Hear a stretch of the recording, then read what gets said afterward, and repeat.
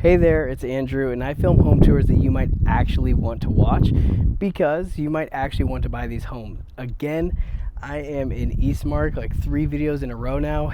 I live here. I'm so bullish on this community. Great for families, and I'm just trying to show you the different price points and the different areas because some parts in Eastmark are gated and some are not. This one happens to be gated. Now, the thing with this home is it has a really odd layout that I don't love and I don't hate, and I just want to see what you guys think of it. Is it something that you think would make sense, or does it just not make sense whatsoever? Again, I kind of go back and forth, but just under $950,000 for a 3-bed, 4-bath, 3,000 square foot home. Now, you walk in, it's actually a pretty beautiful entrance. I like what we have here. It looks luxurious, it feels nice, and you see all the way into the pool back there, which is pretty cool. But right here, you're kind of greeted with this interesting space, right?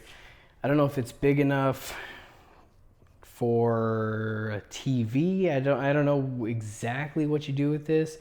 I mean, maybe it's kind of like a library. It could be something like that. For me, I have a daughter. I know this would be a play area for sure.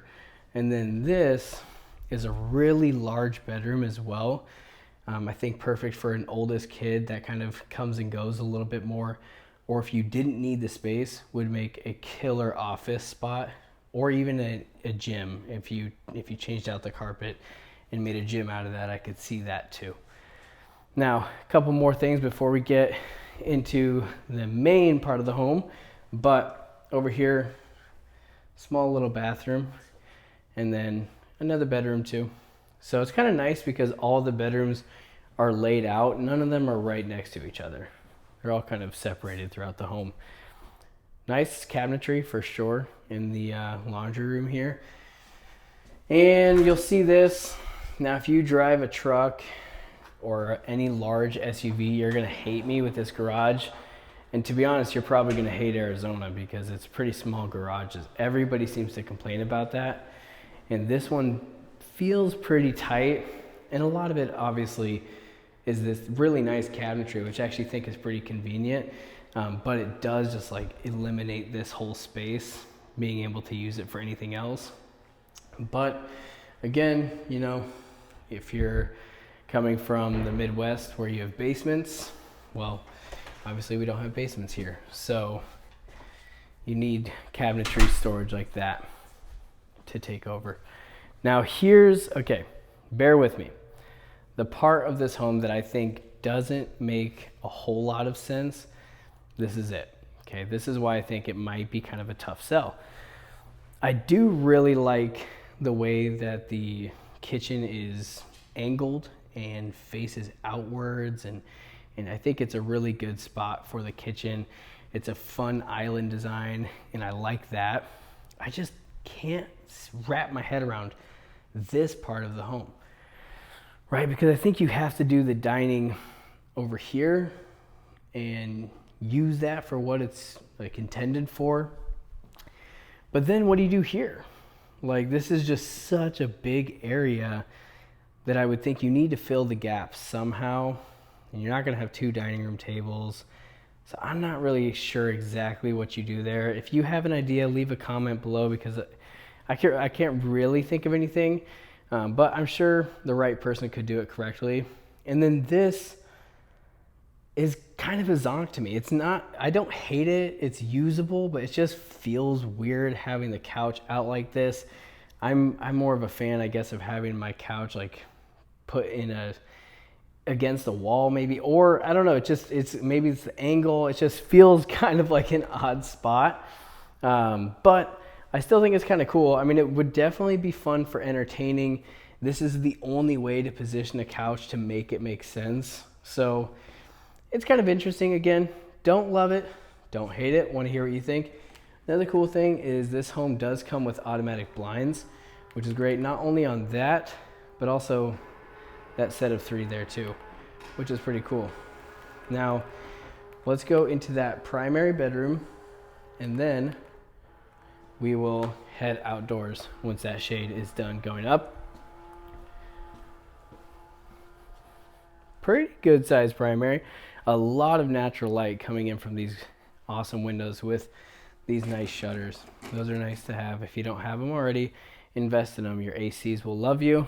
And then this is really the moneymaker, I think, to be honest with you, with this home, is you got, sorry, I haven't even been in here yet, because these are raw home tours, right? This is what it would be like if you were to come see a home with me in person.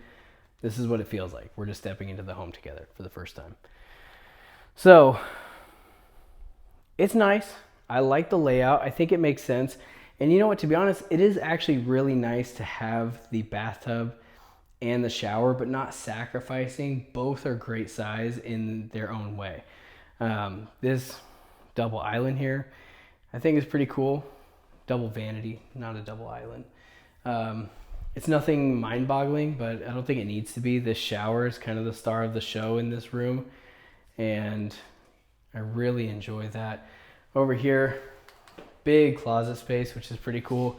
You kind of get your his and her, well, his and hers. This one, oh my gosh. Yeah, that's pretty big. If you need more closet space than this, I don't know, we might have to go to Goodwill and offload some of your items. But again, I think this is really nice. Rain head too, which is cool. So big fan of that. Definitely no zonks in the master. And I do like having this slider start in the middle, open you up. Electric sunshade too right there, which is nice. Now this part of the home I do like. They did turf all of the back, which is pretty cool.